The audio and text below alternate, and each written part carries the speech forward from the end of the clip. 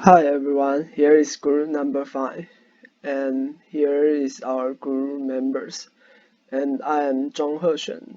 My student ID is 0710027. The topic we are going to talk about is low-carb Volterra equations. Low-carb Volterra equations, also known as predator-prey equations, are a pair of first-order nonlinear differential equations, frequently used to describe the dynamic of biological systems in which two species interact, one as a predator and the other as prey.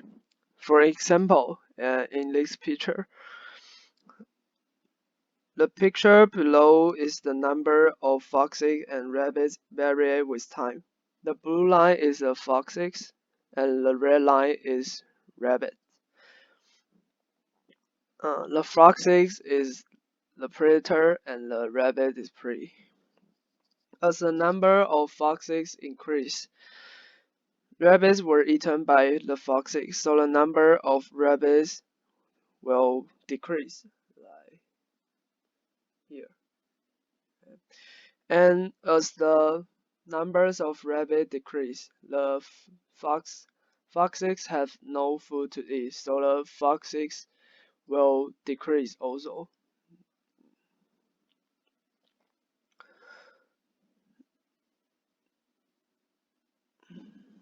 Then, cause the number of rabbits increase, and it's here. So, because of the food increase again, so the numbers of foxes will increase also, and this will become a cycle, and this cycle will be repeat and repeat and repeat and repeat. So why we choose this topic as our project? The motivation we choose this topic is because one animal called 石虎, and the numbers of 石虎is decreasing now and almost become extinct in Taiwan. Why 石虎 is so important to mountain in Taiwan? Not only because they are very cute, but also because they are at the top of the food chain. So the change of their numbers will have huge influence to the ecosystem. That means 石虎played a really important role in the mountain ecosystem. This is why we care about 石虎 and choose low-carb Volterra equations as our topic. Before we start the math part, let's talk a joke first. Here is a normal cat, and guess how can we turn it into a noble cat? The answer is we just simply give it a punch. Then the cat becomes expensive luxury cat.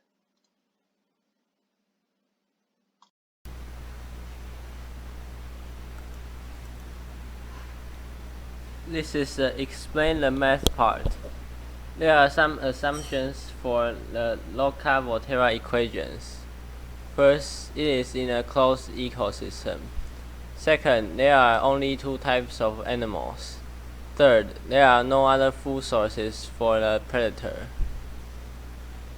Let x of t denotes the population of the prey species, and y of t denotes the population of the predator species. The equation is given below, like this. Note that in the absence of the predators, the prey population will grow exponentially. If the preys are absent, the predator population will decay exponentially to zero due to starvation. Variations of the low-carb Volterra equations. The first one is bounded growth of prey. The second one is bounded growth of prey and predator. The third one is the food chain being extended. One obvious shortcoming of the basic predator-prey system is that the population of the prey species will grow unbounded, exponentially in the absence of predators. There is an easy solution to this unrealistic behavior. We'll just replace the exponential growth term in the first equation by the two-term logistic growth expression, like this. Therefore, in the absence of predators, the first equation becomes the logistic equation. The prey population will instead stabilize at the environmental carrying capacity given by the logistic equation. If the predator species has an alternate food source, omnivores such as bears, for example, could possibly subsist on plants alone, then it needs not to die out due to starvation, even if the prey are totally absent. In this case, we could replace the negative cy term in the second equation by logistic growth terms as well, from this to this. A more complex food chain can be similarly constructed as systems of more than two equations. For example, suppose there is an enclosed ecosystem consisting of three species. Species X is a grass grazer whose population in isolation will obey the logistic equation, and that it is preyed upon by species Y, in turn, is the sole food source of species Z. Then their respective population might be modeled by the below three equation system.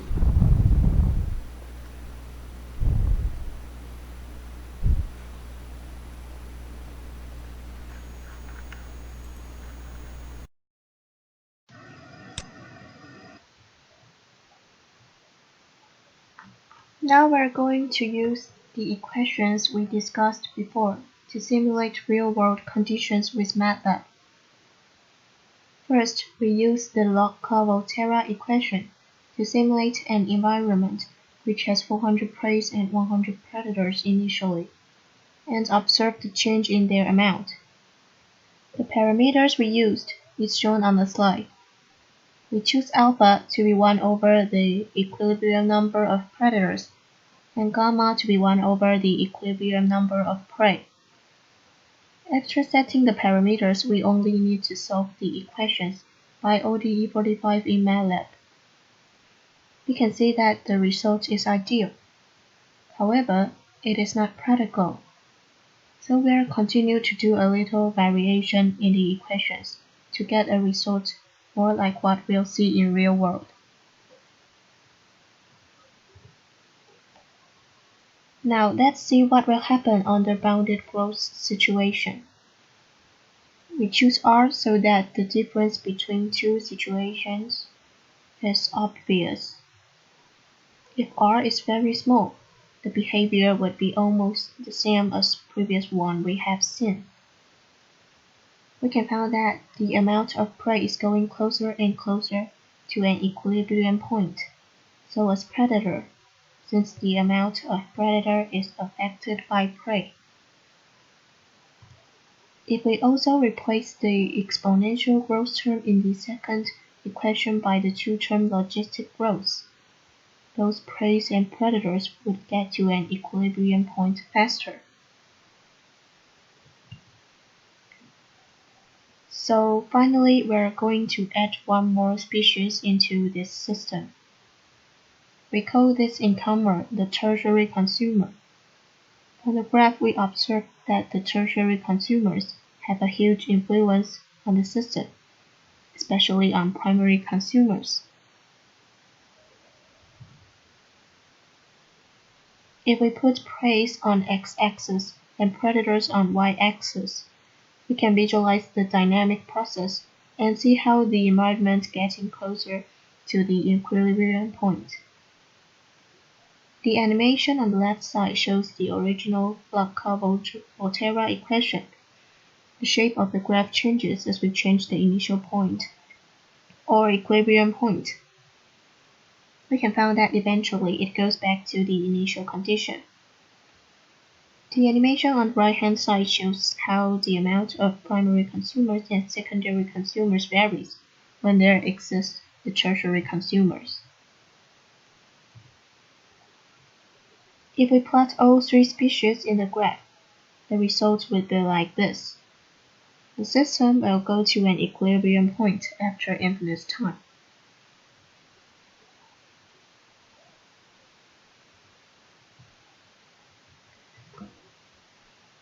And there is a code source of simulation by using prey-predator equation on the official site of MATLAB. It provides a GUI for us to see how the shape of the predator-prey graph changes as we change the equilibrium point, the red dot over here, and the initial conditions, the blue-green dot over here. We can find that if the two dots are close enough, the graph will be like an oval.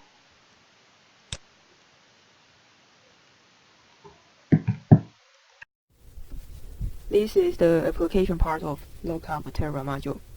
The predator-prey interaction is one of the most widely used applications of the local Terra equation. And before we getting started, let's talk a joke first. What kind of dog is this? It's dog. Okay. One of the classic studies of predator-prey interaction is the 90-year data set of the snowshoe hare and lynx pairs purchased by the Hudson Bay Company of Canada. The snowshoe hare is a special species of hare found in North America, and it is on the right-hand side of this picture. A major predator of snowshoe hare is Canadian lynx, or is on the left-hand side of the picture. And the history records of the animal caused by fur hunters over hundreds of years shows the lynx and hare numbers is rising and falling in a cycle. From this chart, we can observe that when the number of lynx increased, the number of snowshoe hare decreased because of the snowshoe hare were eaten by lynx. And when the number of snowshoe hare increased, the number of lynx increased because that snowshoes is the food of lynx.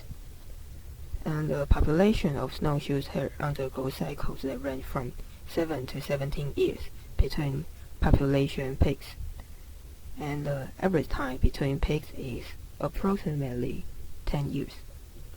The affluence usually lasts 2 to 5 years, and then the population is reduced to a lower number. So the picture is the number of snowshoe hare, which is the yellow part, and the Canadian lynx, which is a black knight, first sold to the company. And there is another version of this module. It's about the Taiwan transition from 200mm to 300mm silicon wafers.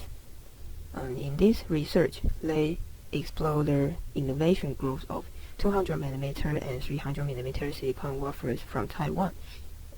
And using the historical data, they simulated the growth of the area of 200mm and 300mm silicon wafer manufactured in Taiwan by the competitive local Terra module.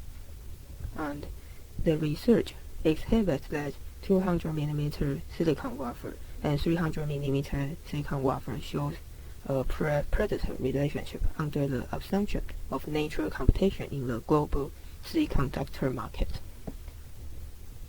From a managerial perspective, the coefficient in the local Terra module of exponential growth shows interaction, and cross interaction represents the strength of product attractiveness, e.g. capacity and interaction for two competitive products. Okay, so we found this is the graph of the relationship between 200mm wafer and 300mm wafers. We found that 200mm silicon wafer grew fast alone, with the 200mm silicon wafer grow to maturity before point A. And when the market of 200mm silicon wafers begin to decrease, the growth of 300mm silicon wafers markets become slower. But the 200mm generation does not disappear completely, but rather settle to a constant and stable market where there is no predator-prey interaction. So finally, the 300 and 200mm silicon wafer reach an equilibrium state. Okay, so this is our report. Thank you for listening.